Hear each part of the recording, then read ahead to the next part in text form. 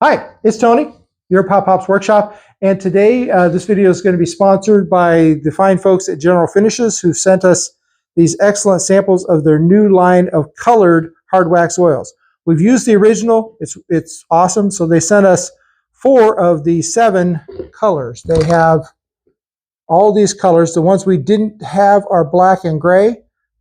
They would be excellent. At the end of the video, we'll leave our impressions as to where those might work for you in your shop, what kind of woods they might be good on.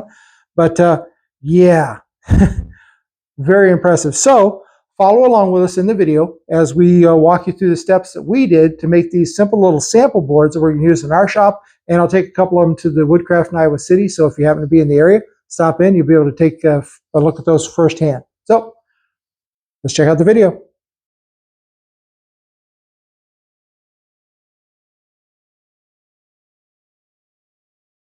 All right, so you girls saw me take the pencil, right? And see the lines I've made? Mm-hmm. So that when I've sanded this enough so that the lines disappear like they did on this one already, then I know I'm done with this grit of sandpaper and I can move on to my next one. So we're going to sand these 2 boards down to 150 grit so we can put some of the new General Finishes colors on these 2 boards and have samples so we know what they're going to look like when we do different projects. That's what we're doing today.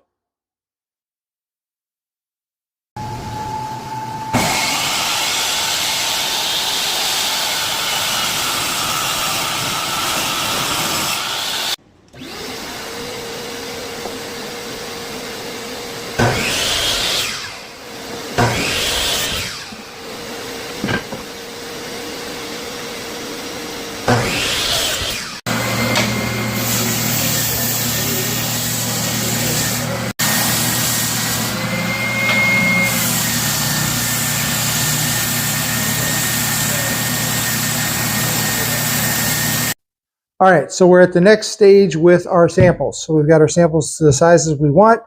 Cut them 14 inches in length, which gives me 3-inch sections with a 1/2 inch for labeling so that I can write on each sample what this is.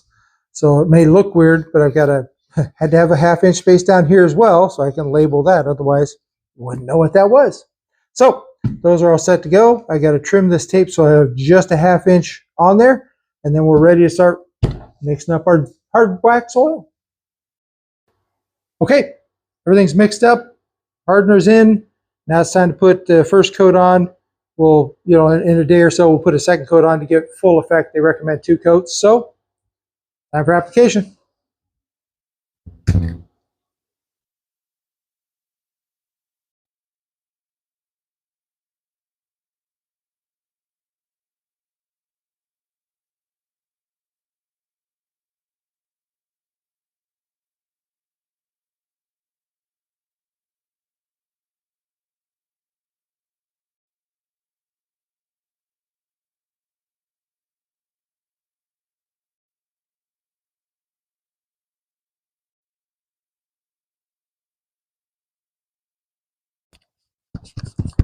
What do you think?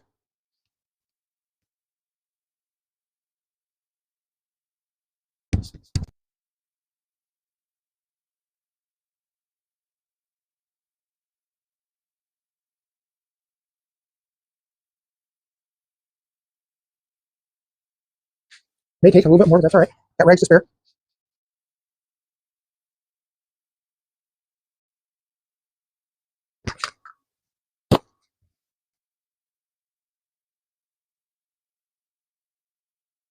Hey now. That is beautiful. I'm gonna have to have more rags, but that's all right. Whoa, that went really dark.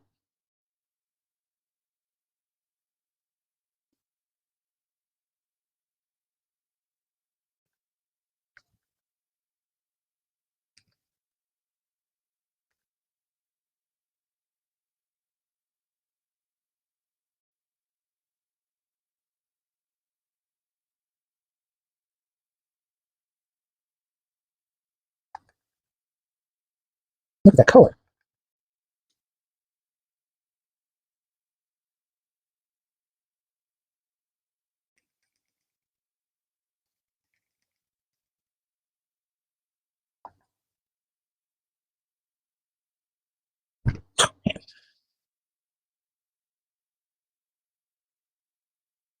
I didn't expect that kind of difference in the walnut.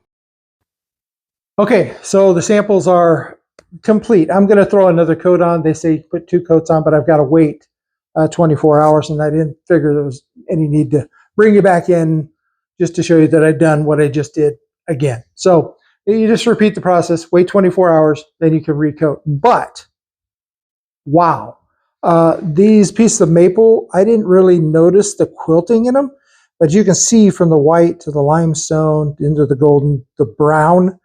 Wow, that just absolutely popped. So home run on these colors, guys, over there at General Finishes. And even the walnut, it's walnut. So you really don't expect a big difference when you're putting a color on it, right?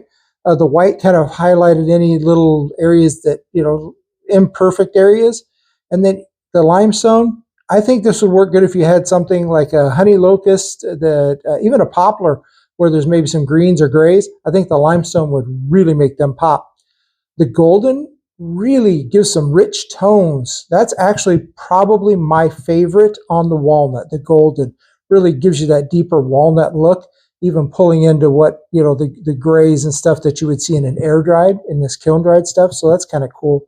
And the brown, you got the darker looking walnut effect.